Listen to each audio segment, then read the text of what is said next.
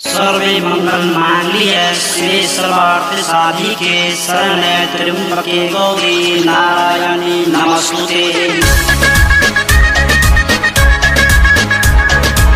अखन अपने सब सुन रहल छी माता रानी के सुंदर भजन जे अपना आवाज में सजा रहल अछि उमेश सावरिया व खुशबू जी।